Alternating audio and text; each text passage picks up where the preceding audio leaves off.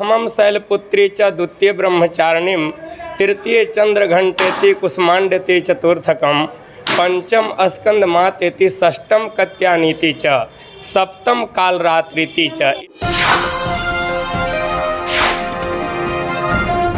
नवरात्र के आज दूसरा दिन है। दूसरा दिन मैं आज उपस्थित हूँ और अपने पूरे दर्शकों को मैं दिखाना चाहता हूँ काली मंदिर। काली मंदिर की क्या ख्याति है वो तो सब जग जाहिर है। डाल्टनगंज में अगर आप रहते हैं, पलामू ज़िले से बिलोंग करते हैं, तो आप इस रेड़मा चौक के बगल में काली मंदिर को जानते होंगे। आप देख सकते हैं किस प्रकार यहाँ पे दुकानदारों का एक खास समूह है जो नवरात्र के अवसर पर किस तरह से दुकानदार लोग अपना नारियल, जो माँ का प्रसाद होता है, नारियल की बलि होती है, उसे सजा करके रखे हुए हैं। और पूरी जो हमारी टीम है यहाँ आपको दिखाएगी कि नवरात्र में किस तरह से माँ का दरबार सजाया जाता है। और यहाँ लोग दूर दूर से आते हैं और यहाँ जो जितनी भी मनोकामना मांगी जाती है वो हर लोगों की मनोकामना पूरी होती है। मैं यहाँ पे आज बात करूँगा यहाँ के जो मुख्य पुजारी जी हैं उनसे, और आपको सभी जगह के सभी जितने भी यहाँ पे धाम में जितने भी भगवान की मूर्ति है और जिन जगहों पर है वो सब जगह मैं घुमाऊँगा और आपको दिखाऊँगा। सबसे पहले आइए हम बात करेंगे यहाँ के पुजारी जी से, और वहाँ पुजारी जी से बात करने के बाद हम आपको दिखाएंगे कि यहाँ पे भगवान शंकर का मूर्ति और शिवलिंग जो बहुत संख्या में शिवलिंग स्थापित है और घंटी स्थापित है। साथ ही यहाँ बजरंगबली का मूर्ति स्थापित है। माँ का अलग अलग पिंडा स्थान है और सभी जगह पे अलग अलग तरह से यहाँ पे बनाया गया है। आइए हम बात करते हैं यहाँ के जो मुख्य पुजारी हैं, जो दो हैं, उन सभी दोनों से। सबसे पहले बाबा, आप कब से यहाँ पुजारी हैं इसके बारे में बताइए।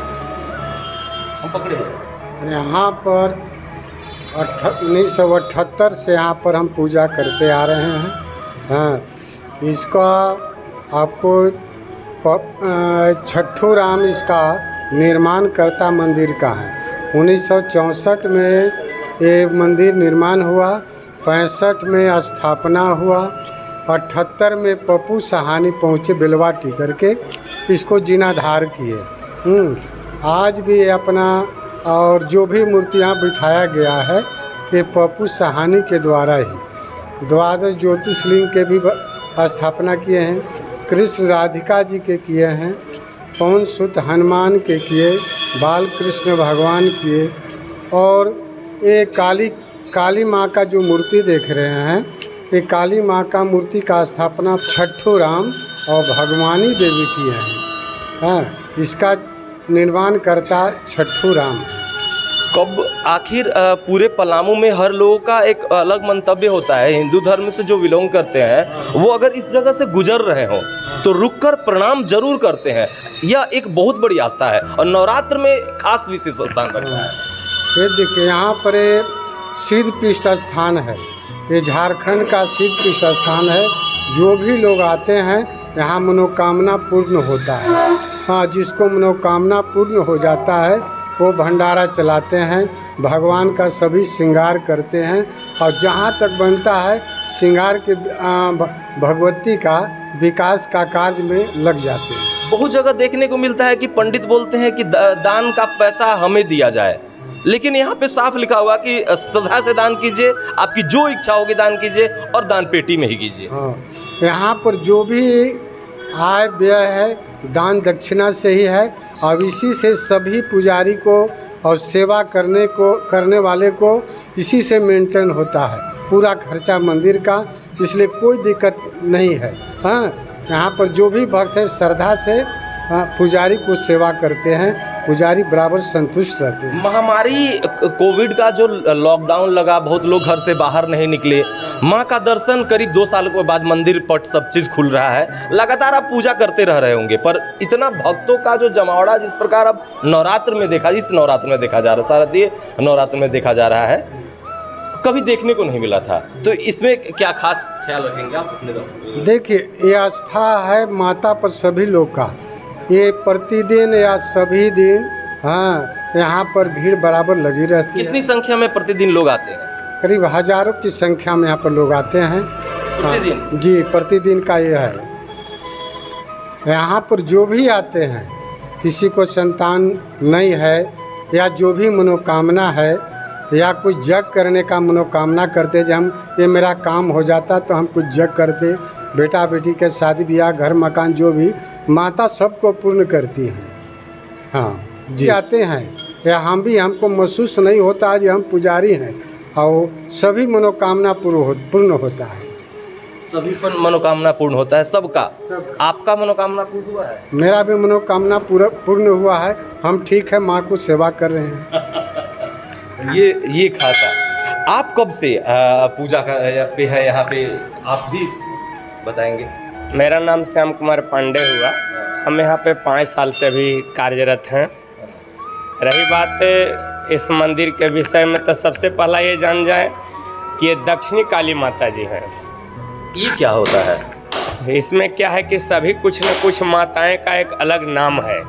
तो जैसे छमहान पे जो माता जी मंगला काली है, ठीक उसी तरह से जो मेरे यहाँ रणमा में जो बाईपास रोड में जो स्थित है दक्षिणी काली माता जी हैं। जयंती मंगला काली इत्यादि नामों से जो श्लोक में बताया गया है।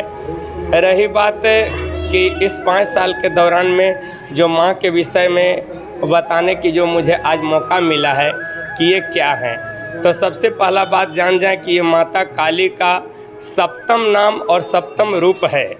प्रथमम शैलपुत्री च द्वितीय ब्रह्मचारिणीम तृतीय चंद्रघंटेति कुसुमांडेति चतुर्थकम पंचम स्कंद मातेति षष्टम कत्यानीति च सप्तम काल रात्रिति च। ये सप्तम काल रात्रिति है। इनके स्वरूप को देखने में लगा कि काली हैं, लेकिन इनका जितना ही वर्ण काला है उतना ही इनका गुण अति शुभांकरी देवी है, मतलब ये शुभ कार्य को करती हैं। और यहाँ पे रही बात कि 5 साल के दौरान में जो माँ का महिमा है, उसमें पटना से हमारे पास करीब 4 भक्त आए हुए थे।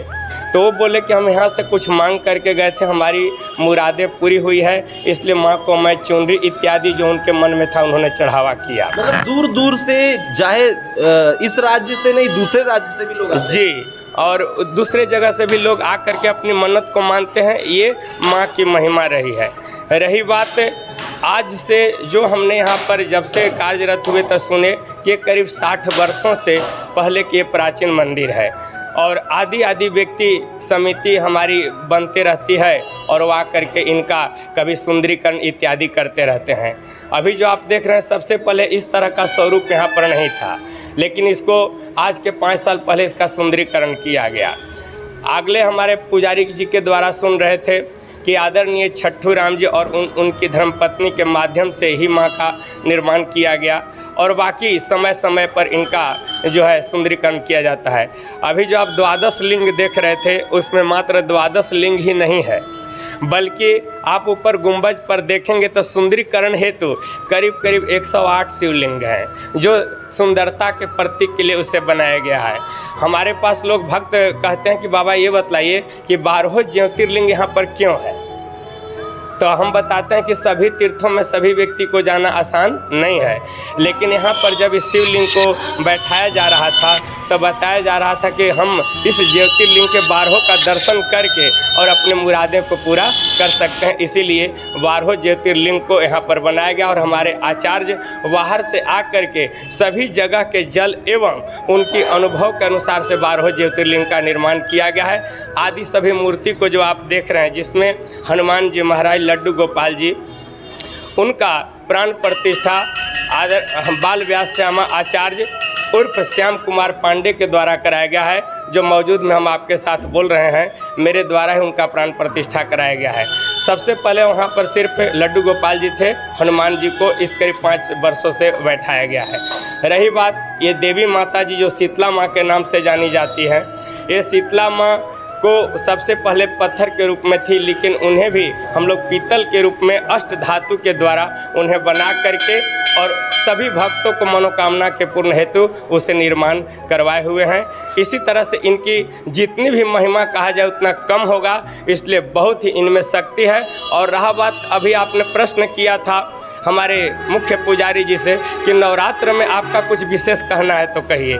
तो क्या है कि ये नवरात्र जो है प्रत्येक दिन का एक एक दिन माँ का एक रूप है। जैसे प्रथम शैलपुत्री च, प्रथम दिन में स्वतः माता पार्वती शैलपुत्री के रूप में आकर के हम सभी भक्तों को मनोकामना को पूर्ण करती है।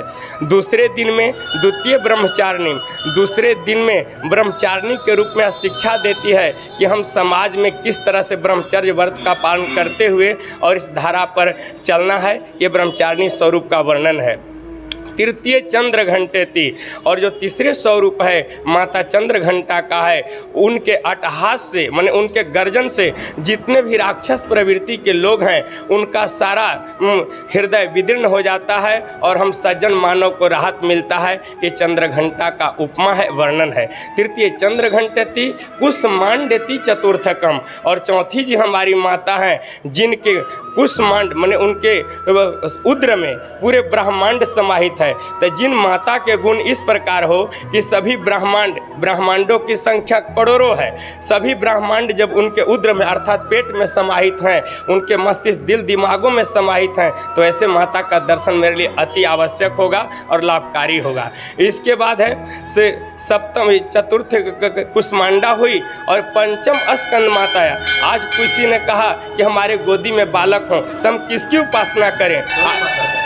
नहीं, आज है किसी ने कहता है कि हम किसकी उपासना करें कि जिससे हमारे गोदी में बालक हों। लोग समझ नहीं पाते हैं, इसलिए पकड़ना है किसको, किस देवता को, लेकिन दूसरे के पूजा करने लगते हैं। यदि स्कंद माँ का पूजा किया जाए तो जिन माँ बहनों का गोदी सोना है उनका तुरंत गोदी भर जाता है। बोलिए स्कंद माता की। इसके बाद आगे है से षष्टम कत्यानीति च, ब्रज की गोपियाँ ने ये मांगी हुई थी कि हमें कृष्ण जैसा स्वतः वर एवं दूल्हा की प्राप्ति हो। तो लोगों ने क्या क्या की पूजन अन्य देवियों की करती थी, लेकिन स्वतः कात्यायनी देवी के माध्यम से पूजन करके ब्रज की गोपियां ने श्री कृष्ण के आश्रय प्राप्त की थी।